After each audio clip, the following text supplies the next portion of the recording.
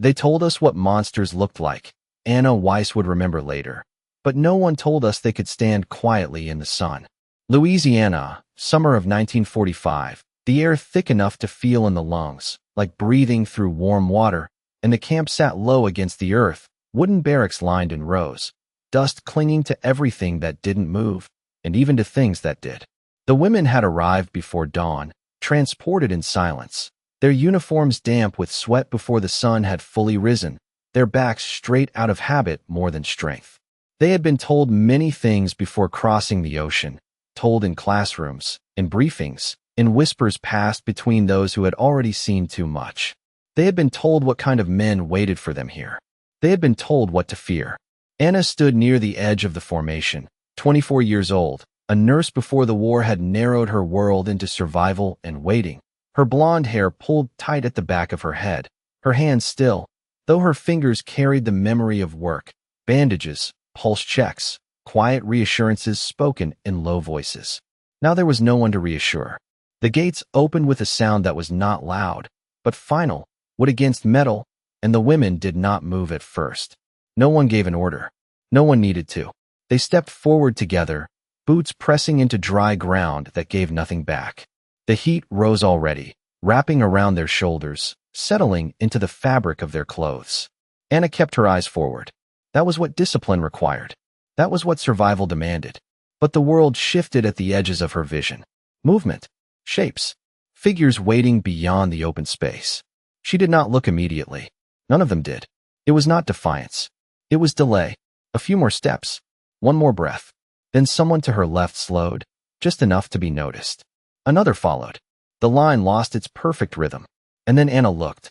He stood there in uniform, still as the others, but different in a way she could not place at first, not because she had never seen a soldier before, but because nothing in her memory aligned with what was in front of her now. His posture was straight, his boots planted evenly in the dust, his hands resting. Near his belt, not tense, not reaching, simply present. The sun caught on the edge of his sleeve. He did not move toward them. He did not raise his voice. He did not do anything at all. And that was the first fracture. Anna felt it, not as a thought, but as a pause inside her chest, like a clock missing a beat. Around her, the women had gone quiet in a way that was different from before. This was not discipline. This was something else. Someone behind her exhaled too sharply. Another shifted her weight. No one spoke. The man's gaze moved across the line, not searching, not judging, just observing, as if counting without numbers. A second soldier stepped forward from the side, carrying a metal canteen, the surface worn, the strap darkened from use. He stopped beside one of the older women who had begun to sway in the heat. He did not rush. He did not hesitate. He simply held the canteen out, waiting. The woman stared at it. Her hands did not rise. The soldier tilted the canteen slightly, took a small drink himself, then lowered it again, offering it once more. No words. No command. Just the same steady motion. Anna watched this without realizing she had stopped walking. The line moved around her, then settled again. The older woman reached out at last, her fingers unsteady, and took the canteen. The soldier released it immediately, stepping back, giving space as if it had always belonged to her. Anna's throat tightened, though she was not thirsty. Not yet. Not in the way that mattered. She looked back at the first soldier, the one who had not moved, and for a brief moment, their eyes met. There was no anger there. No triumph. No trace of what she had been told to expect. Just a stillness that did not demand anything from her.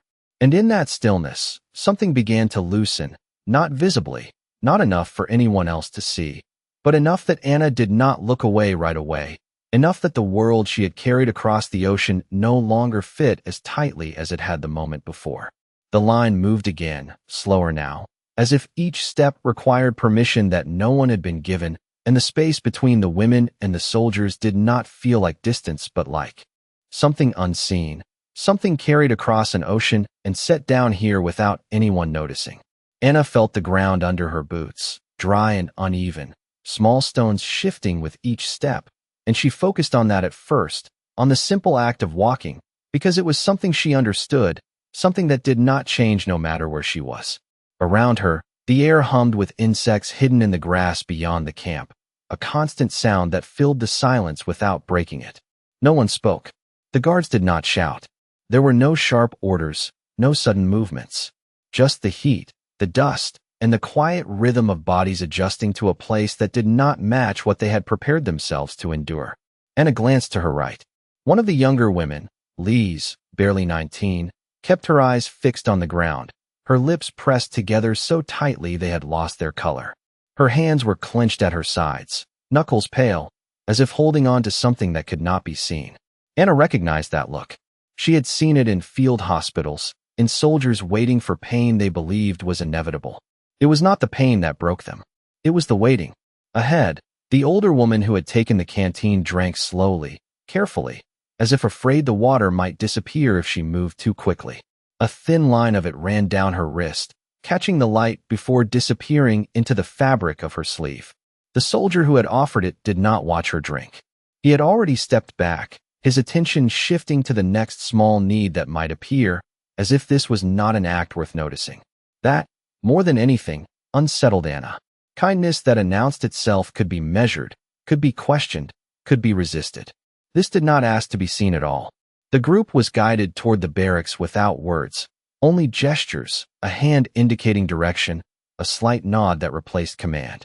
Anna followed, her body moving with the others, but her attention remained behind, returning again and again to the image of the man who had not moved, the one whose eyes had met hers without demand. She risked another glance. He was still there, but not exactly as before. His weight had shifted slightly to one side, one hand adjusting the strap of his glove, a small, ordinary motion that belonged to a person, not to an idea. The sun had climbed higher now, pressing down on the camp, flattening shadows, leaving everything exposed. There was no place for illusions to hide in this kind of light. As they reached the barracks, the door stood open, the interior dim by comparison, offering a brief escape from the brightness outside. The women hesitated at the threshold, not from fear of what was inside, but from the strangeness of stepping into something that looked almost normal. Wooden bunks, folded blankets, a window with a screen that moved slightly in the warm breeze. Anna stepped in last. The air inside was cooler by a few degrees, enough to notice. She stood there for a moment, letting her eyes adjust, listening to the sounds outside soften into distance. Someone sat down heavily on a lower bunk.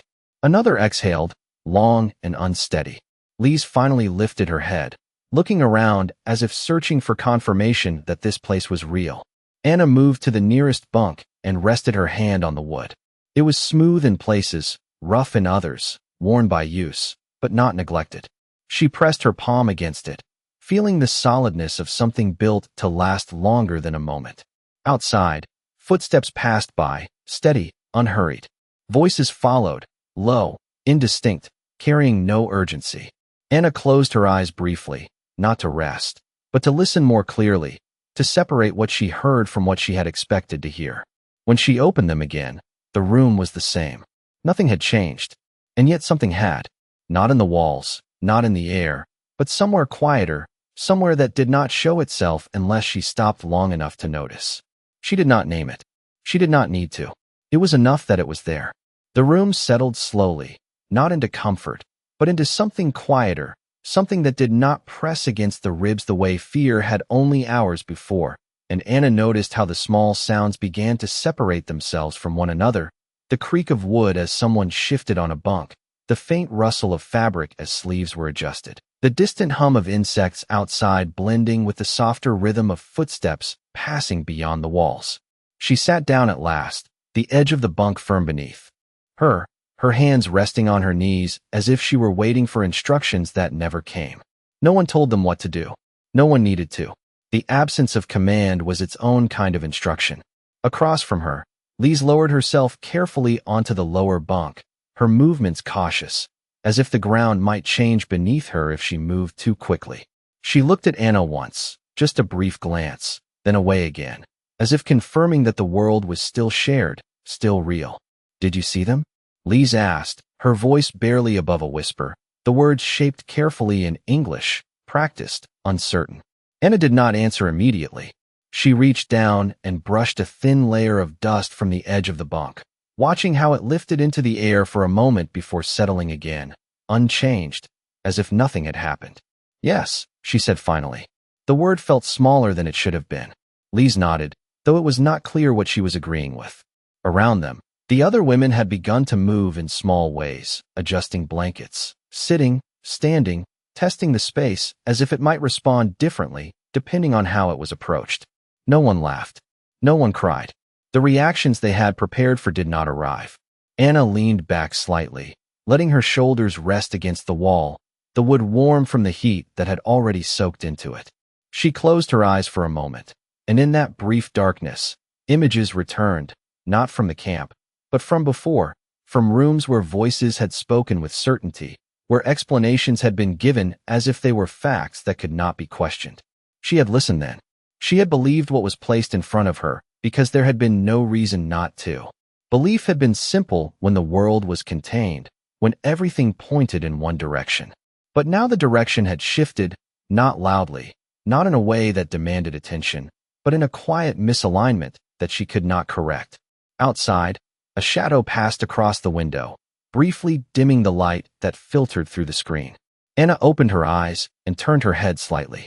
Through the thin mesh, she could see movement, the outline of a figure walking past, the same steady pace she had noticed before. Not hurried, not slow, just measured. The figure paused for a moment near the doorway, and though she could not see his face clearly from where she sat, she recognized the posture, the way his shoulders remained level, the way his presence did not push into the space, but simply existed beside it. Sergeant James Carter. She did not know his name yet, but she knew him in the way one recognizes something without understanding why. He spoke to someone just outside, his voice low, even, the words indistinct but the tone unmistakable. There was no sharpness in it, no edge meant to enforce. It was the kind of voice that did not need to be raised to be heard. Anna listened without meaning to, her attention drawn not to what was said, but to how it was said. Lise followed her gaze, then quickly looked away again, as if the act of looking itself might be noticed. The figure moved on, the shadows shifting, the light returning to its previous place on the floor. Nothing remained to prove that he had been there except the memory of it. Anna exhaled slowly, realizing only then that she had been holding her breath. She placed her hand flat against the bunk again, grounding herself in something solid, something that did not change depending on what she thought or what she had been told. The room remained the same. The heat remained the same. The women remained the same. And yet, the certainty she had carried with her had begun to loosen, thread by thread, not pulled away, not broken, but unraveling in a way that could not be stopped once it had begun. She did not speak it aloud. No one did. But in the quiet of that room, in the space between what was expected and what was seen, something had shifted that would not return to where it had been before.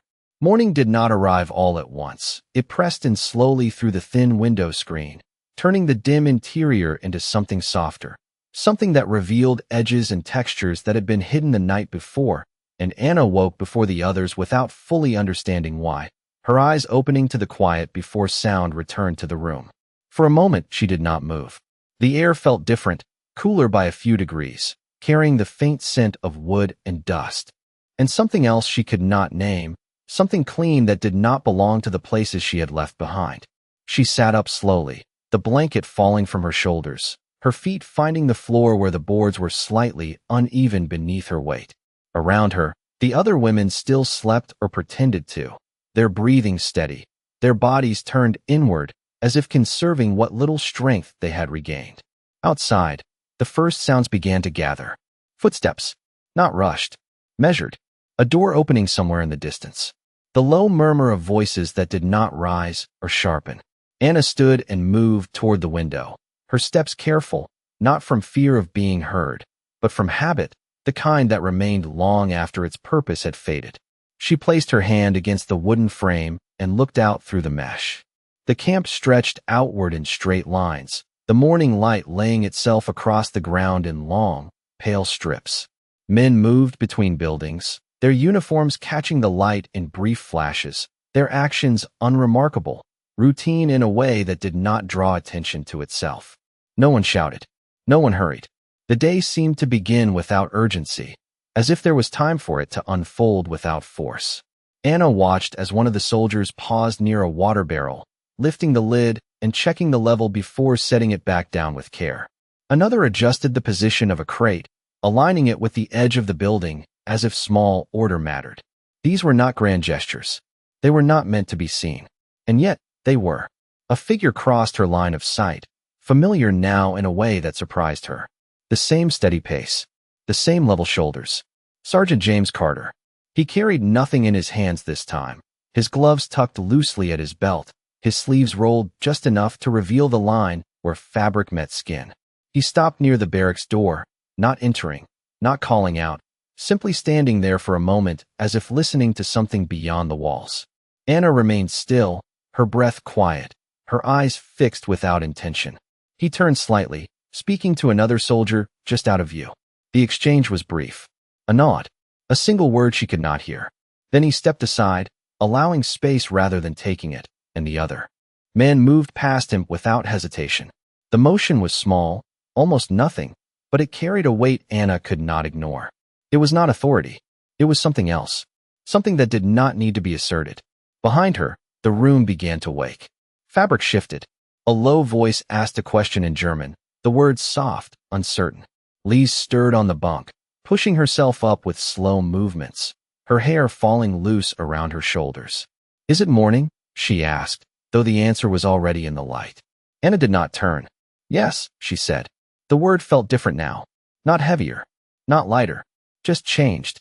Outside, Carter moved again, stepping away from the doorway, his boots leaving faint impressions in the dust that would be gone by midday. He did not look toward the window. He did not check if anyone was watching. He simply continued, his path steady, his presence leaving no disruption behind him. Anna watched until he passed beyond the line of sight, until only the empty space remained where he had been. She stayed there a moment longer, her hand still resting against the wood, feeling the slight warmth where the sun had begun to touch it. Then she stepped back, turning toward the room as it filled with the quiet movements of waking, of adjusting, of beginning again. Nothing had been explained. Nothing had been declared. And yet, the shape of the day felt different from the one she had expected. Not because something had happened, but because something had not. No raised voices. No harsh orders. No confirmation of what she had been told to believe. Only small actions, repeated without emphasis, building something she could not yet name, but could no longer ignore.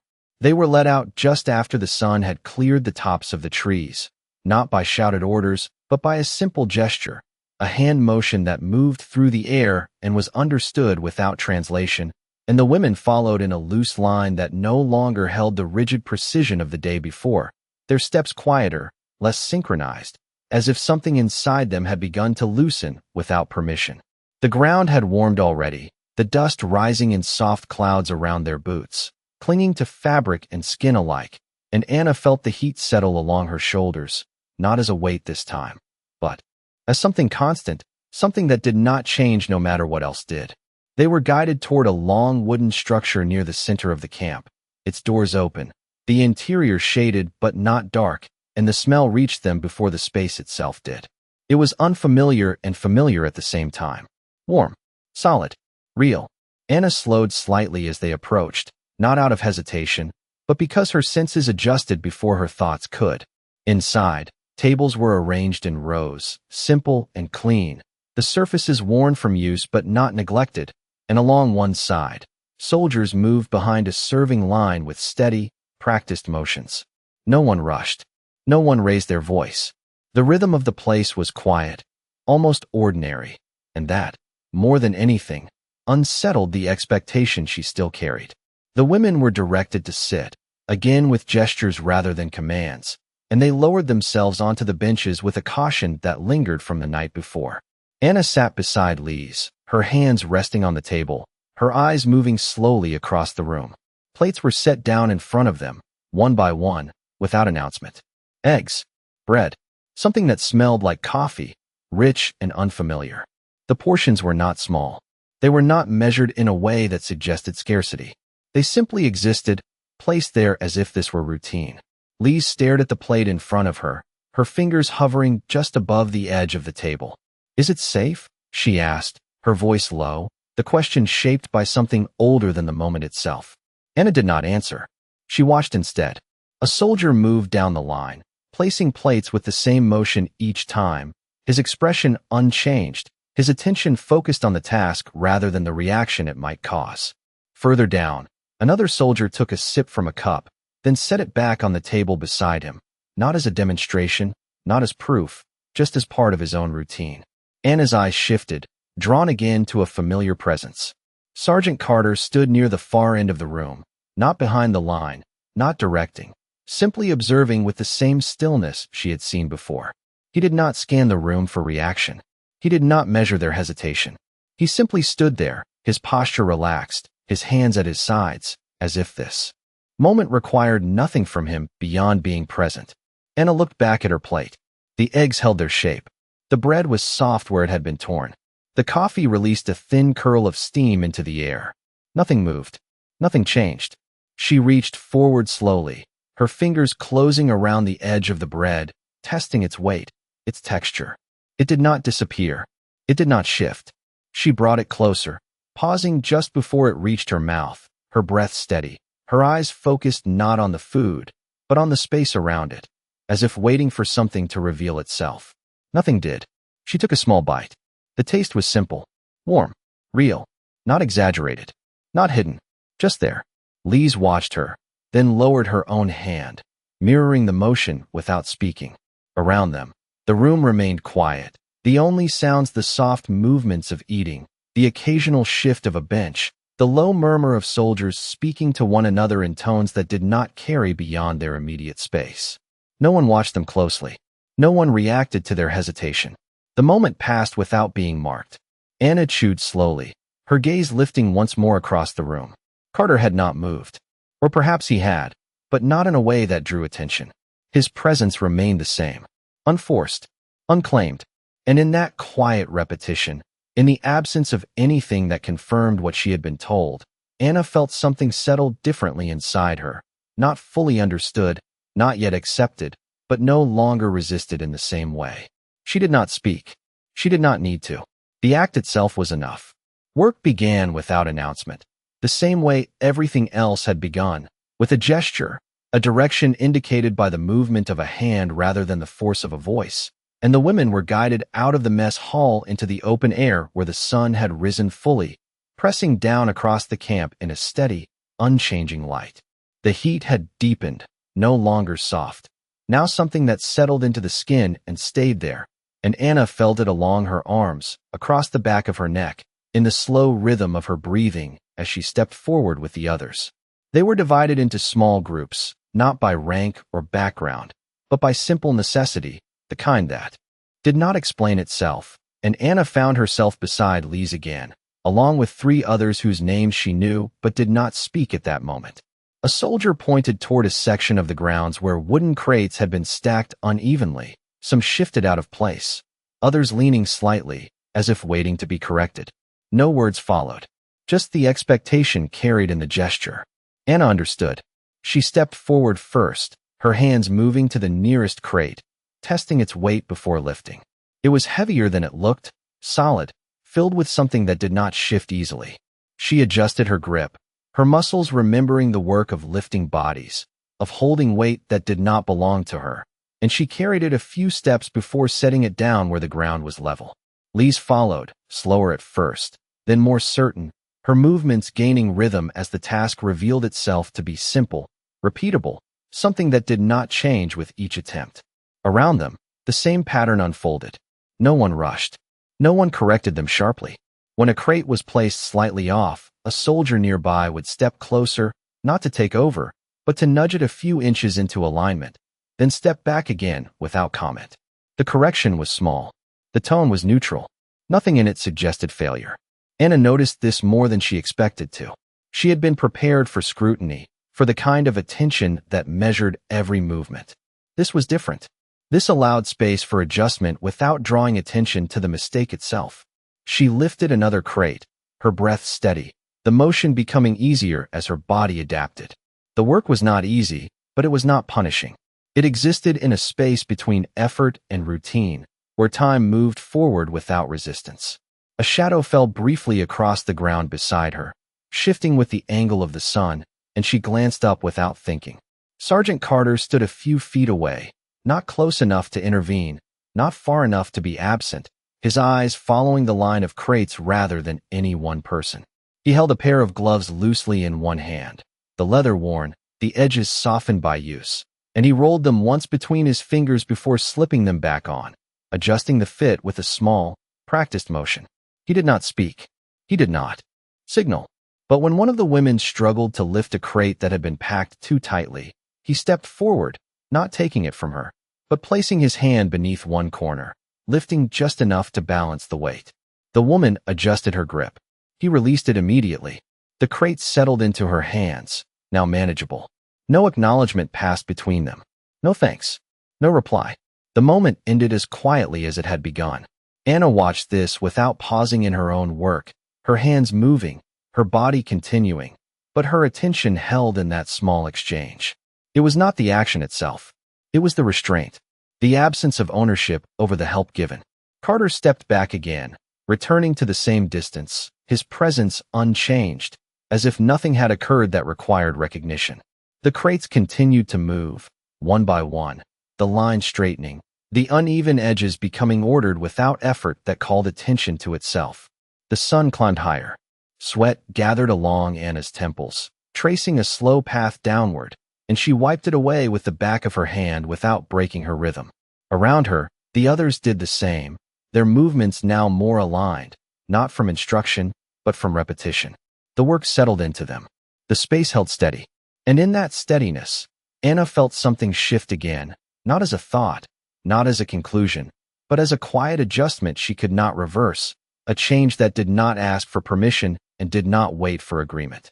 The sun reached its highest point without warning, one moment angled, the next directly above, flattening shadows beneath their feet until everything felt exposed, and the rhythm of the work slowed not because anyone said to stop, but because the body adjusted on its own, conserving what it could. Anna set the last crate into place and straightened slowly, her back tightening before releasing, her hands resting briefly at her sides as she drew in a deeper breath. The air did not cool. It remained steady, thick, unmoving, but something in the pace had shifted, a natural pause settling over the group like a quiet agreement. No signal marked it. No whistle cut through the air. It simply happened. Nearby, one of the women stepped back from the line of crates, pressing her hand against her forehead, her movements careful, controlled, but slower than before. Lise noticed first. She moved closer without speaking, her hand hovering near the other woman's arm, unsure whether to touch or wait. Anna turned, her attention drawn not by urgency, but by the change in motion, the way the rhythm had broken. The woman swayed slightly, her balance uncertain, her breath uneven. Before Anna could step forward, a figure moved into the space between them, not quickly, not with force, but with a precision that closed the distance without drawing attention to itself. Sergeant Carter. He did not reach immediately. He did not take control of the moment. He positioned himself just close enough, his presence steady, allowing the woman to find her footing before offering anything more. Sit, he said, his voice low, even, the word clear but not sharp. He gestured toward the edge of a wooden platform a few feet away. The woman hesitated for a fraction of a second, then followed the direction, her steps slow but certain, as if the instruction had given shape to the moment without overwhelming it. Carter moved alongside her, not guiding, not holding, simply matching her pace until she lowered herself onto the edge of the platform. He stepped back immediately, creating space, his hands returning to his sides. Another soldier approached with a canteen, offering it in the same quiet manner as before. No urgency, no display. The woman accepted it, her fingers unsteady at first, then firming as she brought it to her lips. Anna watched from where she stood, her own body still, her breath measured. Lise remained beside her, her eyes fixed on the scene, her expression unreadable but no longer as tense as it had been earlier that morning. Around them, the rest of the group had paused without being told, their attention drawn not by alarm, but by the shift in the pattern. No one crowded. No one spoke. The moment held, contained within itself. Carter glanced once toward the line of crates, then back toward the seated woman, as if balancing two simple facts at once. Work, rest, neither more important than the other. He reached down and adjusted the position of one crate that had been left slightly out of alignment, nudging it with his boot until it matched the others, then stepped away again, returning to the same place he had occupied before. The woman finished drinking and lowered the canteen, her shoulders settling, her breathing evening out. She did not look up. She did not speak. She simply sat there, the moment passing through her without resistance. Carter did not ask if she was well. He did not wait for acknowledgement. He gave a small nod, almost to himself, then turned and walked a few steps away, his attention already shifting back to the work that remained. The pause ended the same way it had begun, without announcement, without instruction. One by one, the women returned to their places, their hands finding the edges of the crates, their movements resuming with a rhythm that was slightly different now, less rigid, more aware. Anna stepped forward again, lifting the next crate with a steadiness that felt grounded, her grip firm, her breath even. She did not look toward Carter again immediately. She did not need to. The shape of what had happened remained clear without being held in place. Not a command, not a display, just a moment where nothing was forced and nothing needed to be. The afternoon stretched without edges, the sun no longer climbing but holding its place above them, pressing everything into a steady brightness that made time feel slower, as if each minute had to move through the same weight as the one before it. The line of crates had been straightened, the uneven stacks corrected, and now the work shifted to smaller tasks, less about lifting and more about maintaining what had already been done. Anna brushed her hands against her skirt, feeling the fine layer of dust settle deeper into the fabric, no longer something she tried to remove, but something that had become part of the day itself. Nearby, Lise knelt beside one of the crates, adjusting a loose board that had begun to slip at the corner, her fingers working carefully, testing the fit before pressing it back into place. No one told her to do it. She simply saw it and responded. That, too, felt new. Anna stepped closer, crouching beside her, her hands moving without discussion, holding the crate steady while Lise secured the edge. Their movements aligned without words, each anticipating the other in small, quiet ways. Across the yard, the soldiers continued their own routines, separate but not distant, their presence woven into the same space without pressing against it. A group of them passed by carrying tools, their steps even, their voices low, a brief exchange of words that did not rise above the level of conversation. One of them paused to wipe his brow with the back of his sleeve, then continued without slowing the others. The rhythm held. Anna stood again, her knees stiff for a moment before easing, and she looked out across the camp, her gaze moving further this time, beyond the immediate task, beyond the line of crates. The boundaries of the place were visible now, not as barriers, but as lines that defined where one space ended and another began. Fences, towers, structures placed with intention. And yet, within those lines, the movement remained unforced, the order maintained without pressure that could be seen. A shadow crossed her path again, familiar in its shape, and she did not need to turn immediately to know who it was. Carter moved past at a slight angle, his boots leaving shallow impressions that overlapped with those already in the dust, his path neither intersecting nor avoiding hers, simply existing alongside it. He carried a small clipboard now, the paper attached at the top, his thumb resting along the edge as he glanced down briefly, then up again, marking something not with urgency, but with attention. He stopped a few feet away, scanning the line of work that had been completed, his gaze moving from one crate to the next, not lingering, not searching for fault, just observing what was there. Anna watched him from the corner of her vision, her hands resting at her sides, her breath steady. He stepped closer to one crate, reaching out to press lightly against the top, testing its stability. It did not shift. He nodded once, almost imperceptibly, then moved on. When he reached the crate she and Lise had adjusted, he paused slightly longer, his hand resting on the edge where the board had been secured. He did not say anything. He did not look toward them. He simply applied a small amount of pressure, confirming what they already knew. The board held.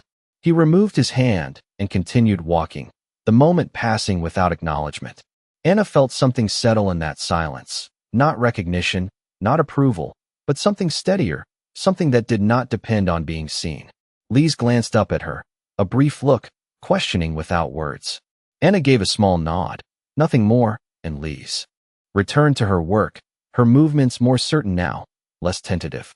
The afternoon continued in that same quiet pattern, small tasks replacing larger ones, adjustments made without instruction, the space holding together through repetition rather than control. Anna moved through it without resistance, her body finding the rhythm, her thoughts no longer pushing against what she saw, but beginning, slowly, to align with it.